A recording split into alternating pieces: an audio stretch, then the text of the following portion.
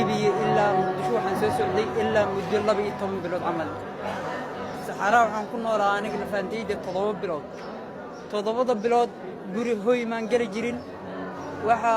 lagu jeeftamaan biyaha waxaan cabi jiray biiro basiin leh shuban ka jira baal xasaasiyada dadka gashaa jirta inta wayna haysaa dhar ma haysano saana anaga waxaan u qaawanahay waa dhar laan waay waxa caawimaad ma haysano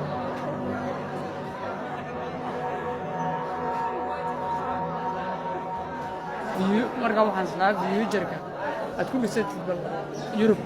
marka mushkiladda weyn waxa weeyaan rafaadka aan soo marnay wadankan u soconay haddana liibiyaanu joognaa sheelka hadda maadaama aanu joognana horta wax caawimaada hadda ma hayno caawimaad degdegana waan isu weynaa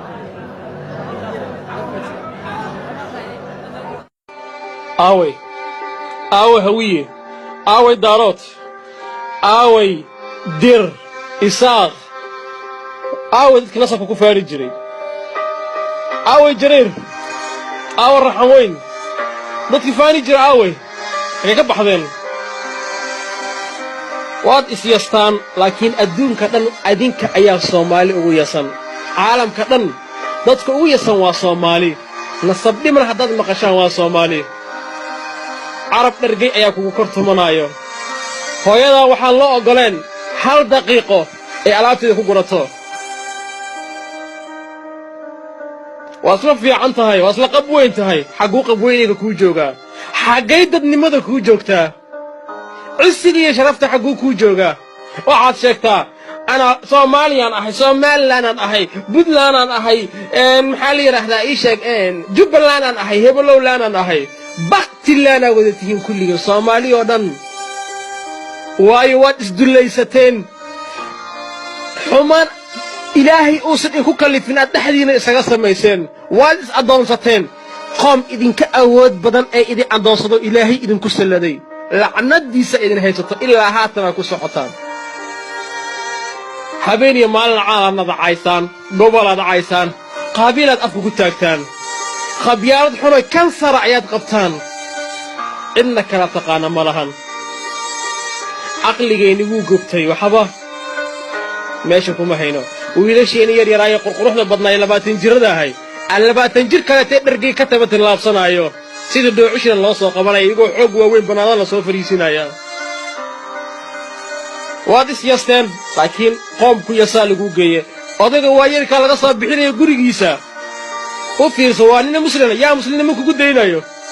afrikaanimo laguguma daayo muslimnimo laguguma daayo wax lagugu daayo malahan caalamkaad ku dhiban tahay waan dareemi laanahay in aan dad noqono oon dalkeena wax u qabsanno meel ka soo saarno oon ka baxno rafaadka iyo silaca annaga iyo dal meel walbeetan lagu haysto ilaahay oo xaqana tus ilaahu dadnimadeena na tus iyo cisiga iyo karaamadeenna oo in aan ku facnahay ma naqaan mar damiirkeena iimaan doono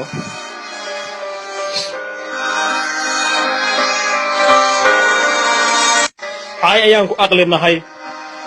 xigmadeena iyo maskaxdeena iyo dadnimadeena waa cay reer hebel aqli kala ma lihin aadan uga xumahay wallaahi waxaan ugu dhacday nasiib xumo weyn waan guuldarraysanay aadan u guuldarraysanay kan wuxuu kuugu simay tarxiil keliya oonu ku soo qabto dalkiisuuna kaa soo saartay waan isi sharfay ay iska kaa soo dhex qabtay wasaqadaada laakiin